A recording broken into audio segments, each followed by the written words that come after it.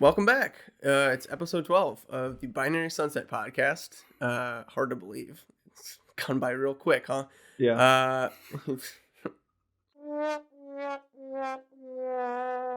anyway, so today is another one of our new theme episodes. One of the new kind of series we're starting is we take a film that inspired George Lucas in his creation of Star Wars, and it's not just movies. It's books, TV, whatever we can get our hands on that he's specifically referenced, inspired him.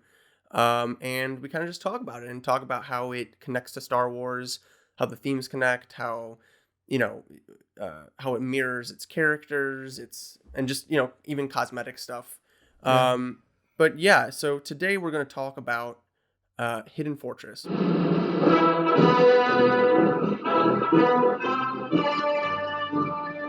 by Akira Kurosawa, who's a huge influence of George Lucas's. Totally. Um, I I think I seen the movie before a long, long time ago, but I Long time basically ago. forgot. I forgot everything. I must admit, I love cinema, and this is one of my sins is I'd never seen a Kurosawa film.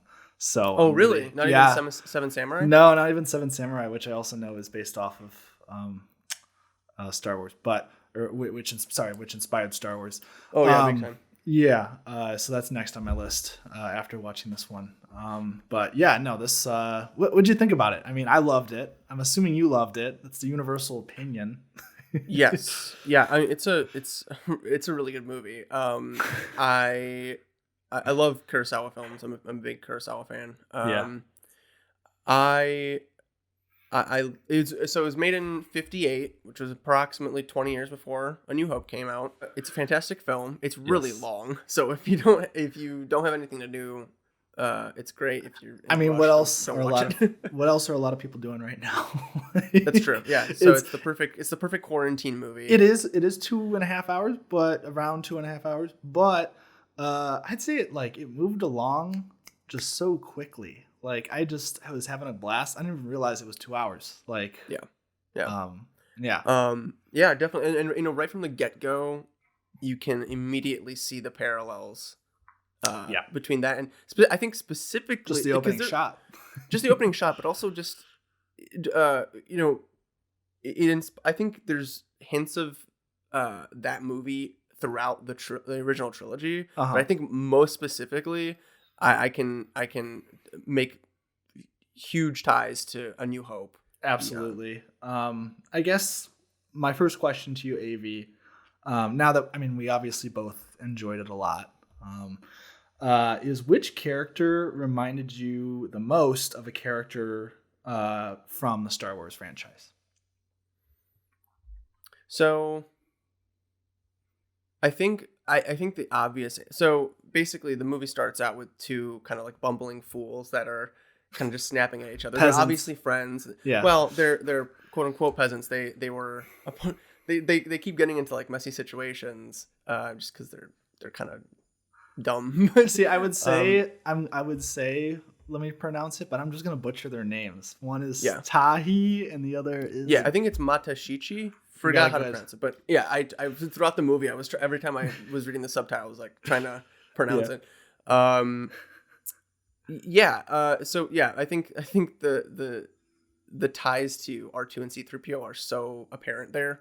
Yeah, from this first shot, it's very reminiscent of like that shot on Tatooine when they're walking through the desert. They're antagonistic towards each other. Yeah. They call each other names. I mean, I can just, it's funny because I always imagined what R2 was saying to 3PO on Tatooine. Totally. But now I'm thinking he's way more spunky than I thought he was. They're really mean to each other. Yeah. But they're still friends. They still stick together. I think it might be helpful to maybe kind of outline the movie as a whole first. We'll Give a little summary. Okay, yeah. I would. So I just want to say, because I asked you the question, I actually agree with you that those two are kind of just the most alike when it comes to just the characters in Star Wars. But I also saw a lot of similarities between the princess.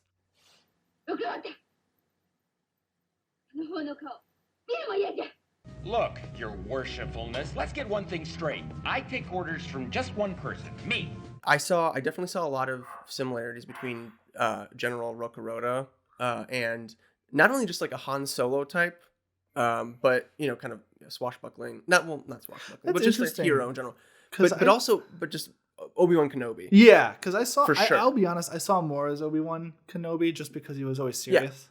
Definitely. And Han is more of a scoundrel, Yeah, there's obviously the mysterious, like, who are you? Oh, I haven't heard that name in a long time, kind of stuff. Yeah, Yeah. yeah. Oh, you're that legendary general from the Clone Wars. I mean, Now that's a name I've not heard in a long time. A long time. No, totally. Do you want to describe the film? You said you wanted yeah, to I do think it that? might be helpful to just get kind of like Okay. outline, like summarize it. And Yeah. so it starts out with those two R2D2 and C3PO. Yes. Lookalikes. And very much in stature as well. You got the little one and the big one. Yeah, that's true. That's true. They're fleeing a war that they had. So they were actually soldiers in a war, but then they got mistaken for the other side, so they got put in like a prison camp. And then they escaped that. They're basically just trying to get back home. They also get captured once again, escape that again, and kind of camp out in the mountains where they accidentally stumble upon gold hidden in these wooden sticks. Yes. And that's when they meet the legendary General Rokuroda.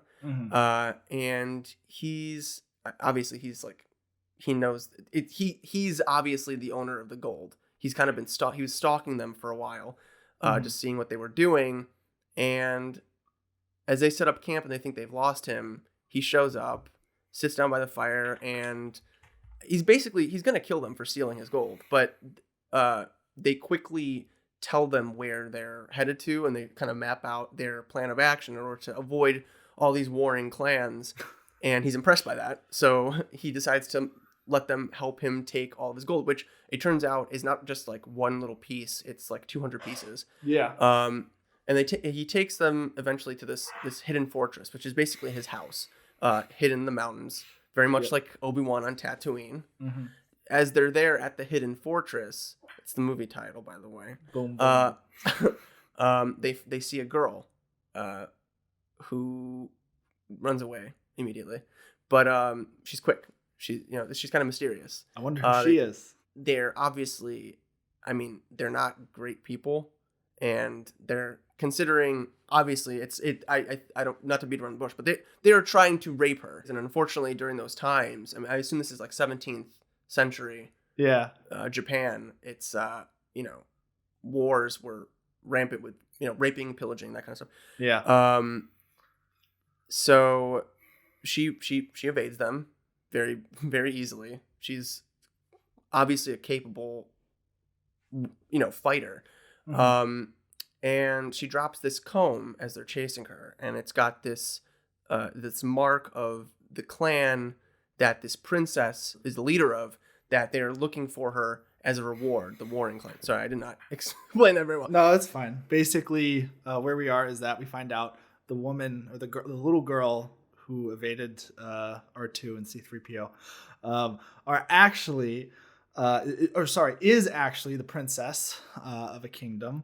And her and I forgot the general. Rokuroda. Yeah. Yes, Rokuroda is there with some other people. I think her name is Yuki, right? Yuki, I think you're right. Princess Yuki. Yeah, so it turns out, he's basically in charge of protecting her. And basically they try to smuggle her out of that hidden fortress with the gold.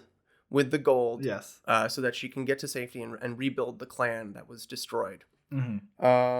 And yeah, it's basically a long journey. They meet a lot of people on the way, lose a lot of people on the way. Yeah. Some join, and some leave, some get shot, some die. And at the end of the day, we won't want to spoil the ending, but it's a fun journey. There's a lot of there's a central theme, I think, throughout the movie, that we can talk about whenever we get to that point. But and it's a theme that basically either motivates, or I guess it does just kind of motivate every character in that film. whether it's towards it or against it. But we can get to that in a little bit if you wanted to keep Let's asking. just dive Yeah, into let's- it. Not- Okay, let's just dive. no, Yeah. So basically, what is your there's- theme? I'm actually interested. the through line for this movie is the theme of greed. Uh-huh. And how it either motivates the characters to do bad things or motivates them to do good things in a way, by pretending that they are greedy. Mhm. Obviously, R2D2. I'm going to keep referring to them as C3PO because I R2. R2 and 3PO are incredibly greedy people. They're friends when they're at their lowest, but when the second they find a piece of gold, they're at each other's throats. Which is technically could be their lowest as well, but they're always kind of at their Morally, lowest. yes. Honestly, it's either But there's or. definitely a through line of greed in that Yeah. the idea of and the general knows that he basically, that's how he gets them to do what he needs them to do, like carry all the gold, blah blah blah. Is that he knows they're greedy, and he's very much the opposite. He's defined by nobility. Even so much that he offered up his sister to be executed in place of the princess as a disguise so that she could escape. He's all about nobility. And greed never motivates him until he needs to get out of a scrape. Like, I know that one scene in the village where basically they already have this army stalking them because they know that they have the gold now. And they basically, he gets out of the village by asking for a reward for the golds, because he showed him the golds. Oh, he did. Like, that's right. Yeah. So he showed him the gold, and he wanted like a reward for that. Yeah. And in order, well, he was afraid that they were gonna recognize the princess. Yeah. So he quickly asked for a reward. They thought he was just being greedy. They kicked all of them out of the village, and they needed to pass through that village. That was very smart. But I think that greed as a motivator, is obviously the film frowns upon it. It leads people to do bad things. And I think that the other theme of the movie is that through journeys and through experiences and through building of relationships, greed dissipates. Greed is no longer, gold is no longer relevant. I love films like this where it's the journey. The journey is the treasure itself. So at the end of the film, we think that the R2 and 3PO character are still just as greedy as they were at the beginning, but in fact their experiences and the relationships they made and the friendships they made through that whole film, the last scene, it's them telling each other that they should keep the gold. That last piece of gold that they got as a reward. Luckily. But it's very much like I could not help but think about Han Solo and Chewbacca in a way, because in a lot of ways the 3PO and R2 character are a lot like Han Solo and Chewbacca. They're in Star Wars, they're motivated by their greed, and She's rich. Rich. Rich, powerful. Listen, if you were to rescue her, the reward would be... What? well, more wealth than you can imagine. I don't know. I can imagine quite a bit. You'll get it. I'd better. I actually did not think about that, but that's actually true, and I'm sure. I mean, Han has had plenty of times to pay off Jabba the Hutt, but he's also greedy in a sense where he won't. Like, he just wants to keep the money for himself. Yeah, he wants the reward for the princess. Yeah, but at the end, the friendships he's made, the reward is no longer. It doesn't matter. It's he's found something more valuable. What? both of them. Friendship. Friendship. And Star Wars is about friendship, FYI. Anyway. So that's my little take on that general. Also, by the way, side note, it would really help people to understand this episode if they watch the film first. Yeah, because we're going to be referencing scenes and whatnot that might be a little that's true difficult to understand. But No, that's totally true. Yeah, no, I mean that makes sense. I guess besides for the actual narrative, a lot of what I thought about was just the cinematography and just the plot structure. I just found it fascinating, honestly. It's really cool to see because like you have all these different directors that kind of inspired George Lucas. Um, you have Akira Kurosawa, and who was inspired by John Ford. He was inspired by John Ford's films, including John Wayne westerns that were made in the 40s and in 30s. So Akira Kurosawa kind of takes that. I may be butchering his name. Takes that kind of plot structure, adventure structure, those characters, and kind of twist them around to make kind of like a samurai adventure movie. Then Sergio Leone, who's kind of the godfather of spaghetti westerns. He made Once Upon a Time in the West, Fistful of Dollars, Good, the Bad, and the Ugly, all the Clint Eastwood movies, westerns, and he inspired him.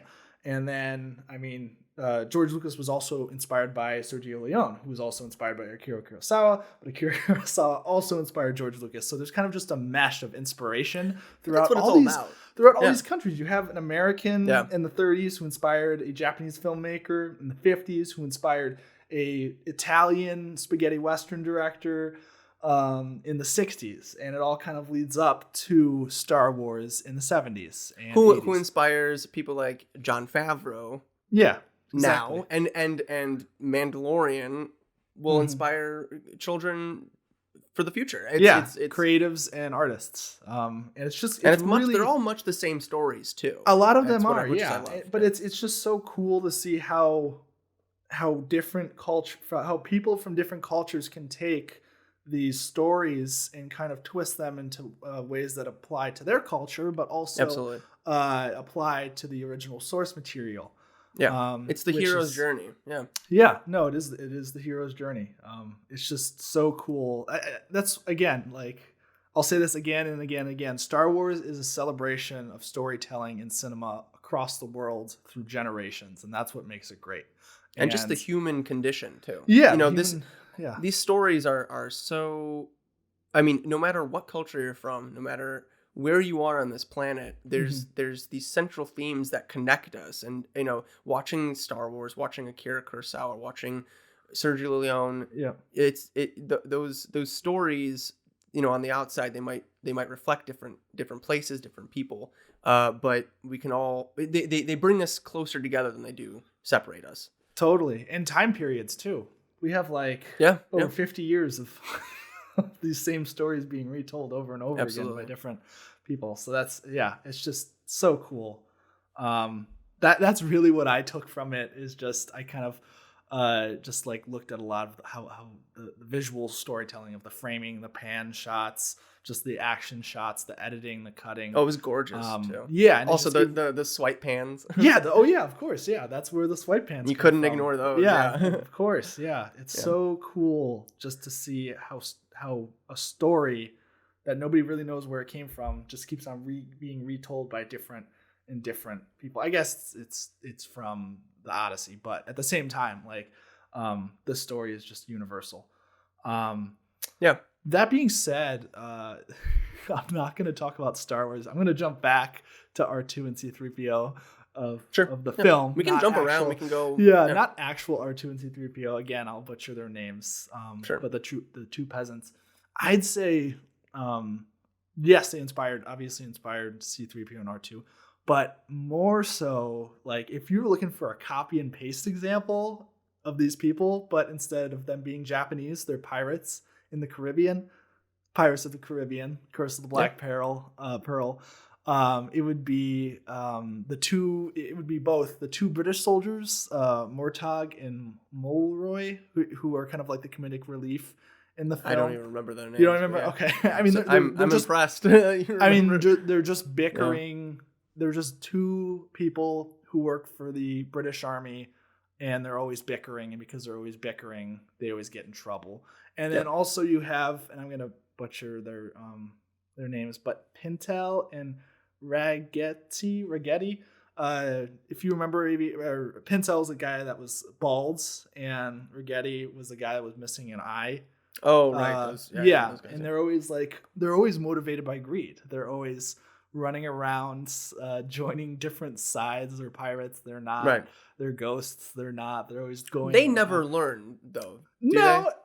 Yeah. I mean, they don't. I mean, yeah. I don't know. They could still come out with another movie. That's always something that, yeah. But I would say that those two, Pincel and Ragetti, are just honestly carbon copies of the two peasants from Hidden Fortress. So I just thought I'd say that. I mean, I'm sure if you like Star Wars, you probably like Pirates of the Caribbean. So Yeah, definitely. Yeah, both great adventures stories. Yeah. Did you have you had a list of questions, right? Or no? We've been going through them. Oh, okay. Okay. Yeah. I mean, we already went through the characters. Which character do you think was the most applicable? And then, yeah, just similarities between Star Wars and Hidden Fortress, and that's basically it.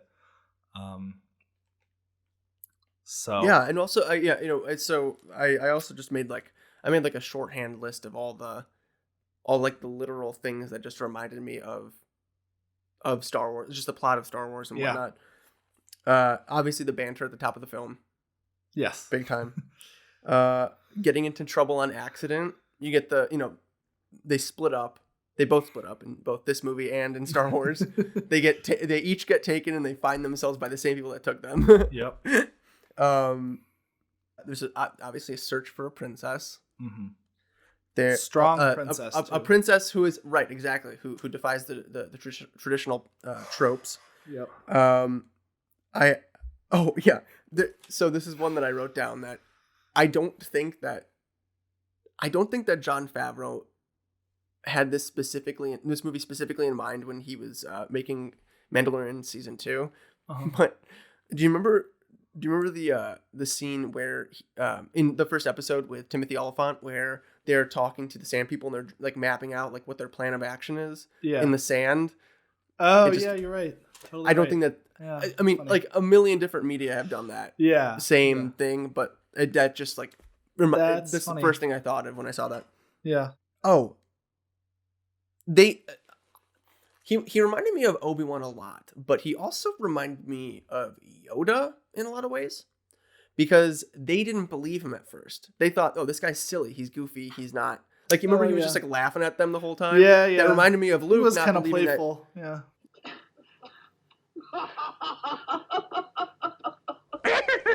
Yeah, and it's kind of it frustrated them. They're like, you're not that person, whatever. It couldn't possibly be that person. That's kind of when Luke first finds Yoda, I'm looking for a great warrior. Mm-hmm. I couldn't help but think that in a lot of ways, the base on Yavin is kind of a hidden fortress. Whoa. Mic drop. Wait, I won't actually drop my mic because it's expensive. But speaking of things blowing up, I was reminded. I mean, I must admit, I watched a few videos of it and it made the link for me. So I was like, oh, okay, that makes sense. Princess Leia viewing Alderaan blowing up her home, and then there was also a scene where the princess in this one, in this film, looks off to the land, and instead of it blowing up, it shows the flag of the bad the bad clan. She's lost her home. Yeah, she's lost her home, and she cries. It's a very powerful moment. Mm-hmm. It also kind of reminded me of Luke looking out to the binary sunset. Totally. Yeah. Which is the name of this show. Oh, I just thought of something. Yeah. Is the reason why Greedo is called Greedo because of greed?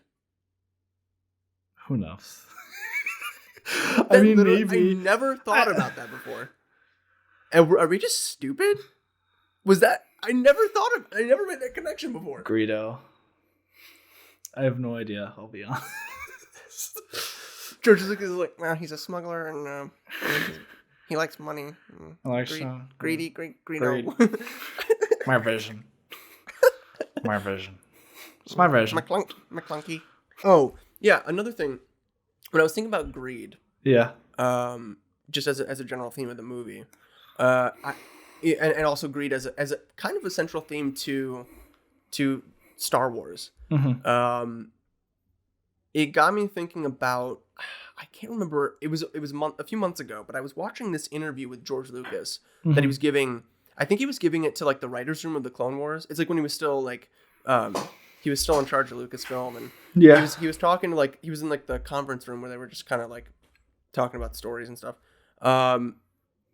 And he was basically describing like the dark side to his room of writers, and Dave Filoni was also there, young Dave Filoni. I mean, you got the dark side, the light side. One is selfless, one is selfish, and you want to keep them in balance.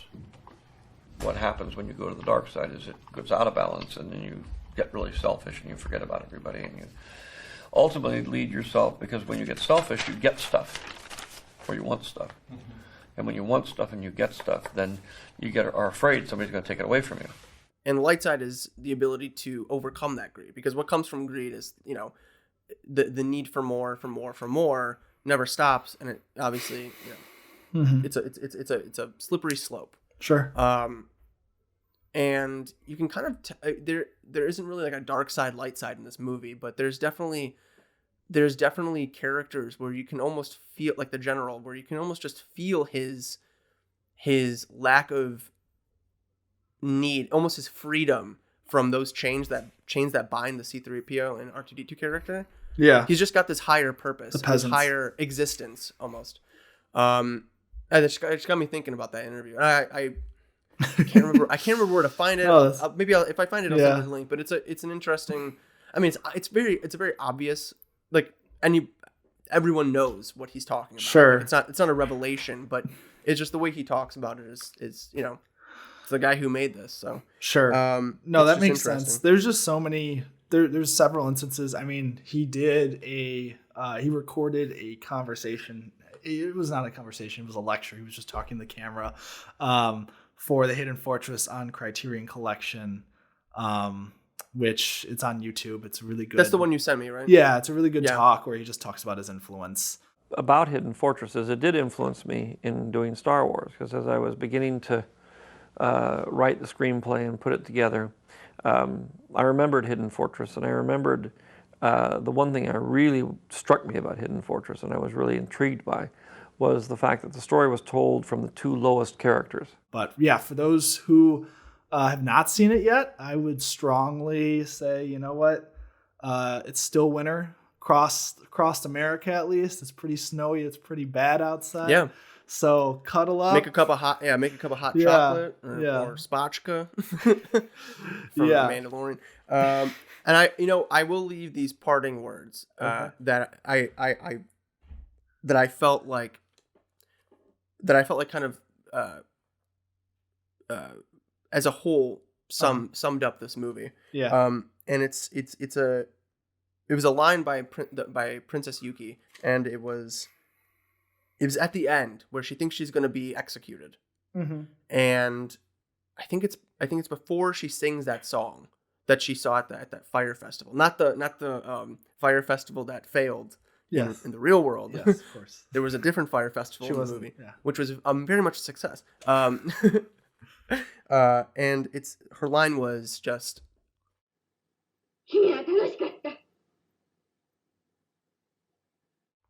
I have enjoyed the journey. Mm-hmm. And I think that, she's at death's door. She's about to be executed. Yeah. And the thing that was worth most to her in these past few days was the journey. Yeah.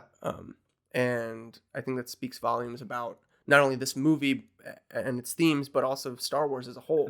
Because what's Star Wars? Yeah. We don't watch Star Wars for the last minute of it. Mm-hmm. We watch Star Wars as a whole for the journey, because of all the friends they make on the way, because of all the experience, friends that we make on the way. I mean, I feel such connections to these characters, and I too have enjoyed the journey. Mm-hmm. So totally brought a tear to my eye. Not to be cheesy, but everybody go out, watch that movie, make your own inferences, your own connections. It's a lot of fun. Yep. And we'll be back with more of these types of things. I know we got Metropolis on the list. We have Flash Gordon, Buck Rogers, that kind of stuff. Valerian. So we will. We'll see. What? We'll see about Valerian? We'll see. Inspired so I still much. haven't watched them. All right. Well, anyway, we'll see you next week. See you next week. We're gonna try and keep up this Thursday stuff. So, all right. Have a good one. Bye. May the force be with you. Bye.